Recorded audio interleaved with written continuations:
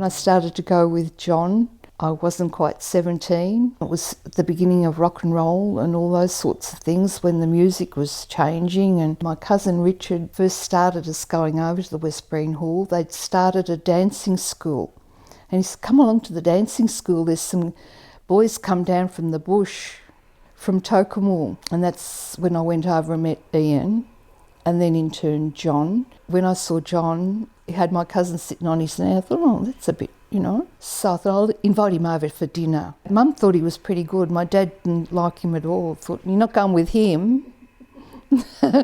And when I asked him why not, he said, I don't like the way he's dressing. He's had really thick black hair, really flattened down with Brill cream and long sideburns.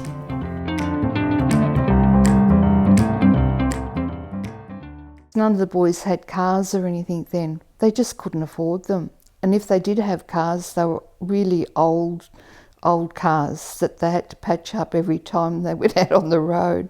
But that old Vauxhall, that was a funny thing too. He came one night and said, I bought another car today, and really happy with what he'd bought. And I was working in at Little Collins Street then, in the little boutique that I used to work in. And I said, oh, can I come for a drive? And he said, no, not really. And I said, oh yeah, I want to come for a drive. And I was all diddled up with the stockings with the seams in the back, the high heel shoes, the pointy toes and straight skirt, and off we went. But it had no floor in it.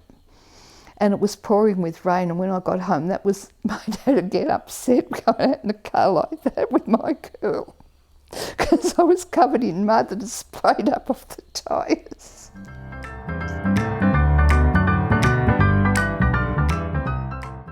He was always running out of money.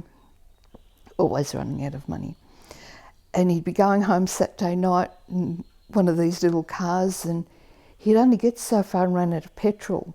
And my dad had the truck parked out the front of the house, and he'd come back with a jerry can, John, and a hose, and ask Dad if he could have some petrol out of his truck. And my dad would have to get up out of bed and siphon the petrol out of the truck into a jerry can, and off they'd go.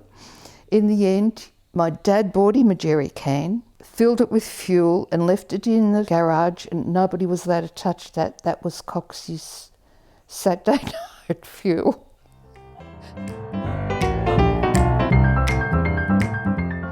But we still went to the dances every Saturday night, and Saturday night we'd make plans for Sunday. We'd either go to Buller swimming up there in the creek or go for a picnic somewhere. They were happy days. There was nobody that drank alcohol. There were no drugs that I knew of. And it was all really good. And by this time, my dad was really starting to think John was all right, until he asked him if we could get engaged. Then he didn't like him again. But he made us wait for several weeks. But when John asked him if we could get married, we waited ages until my mum said, why can't they get married? And he said, because she's too young. She's not getting married yet. But we talked him around.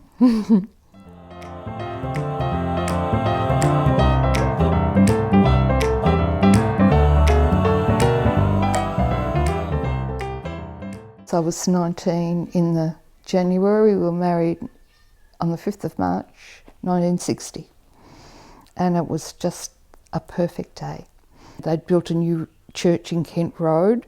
John and I were the second people to be married there, which was pretty special, in the new church. We had our reception at the Westbury Hall.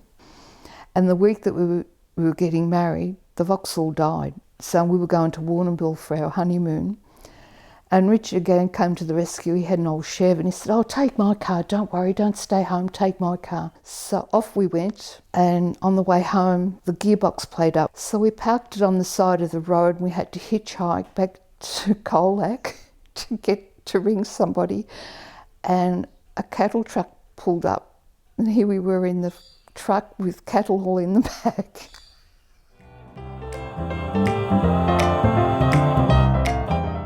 We've been married 55 years that we're both very proud of. And I think the secret is just respect for one another and really our love for one another.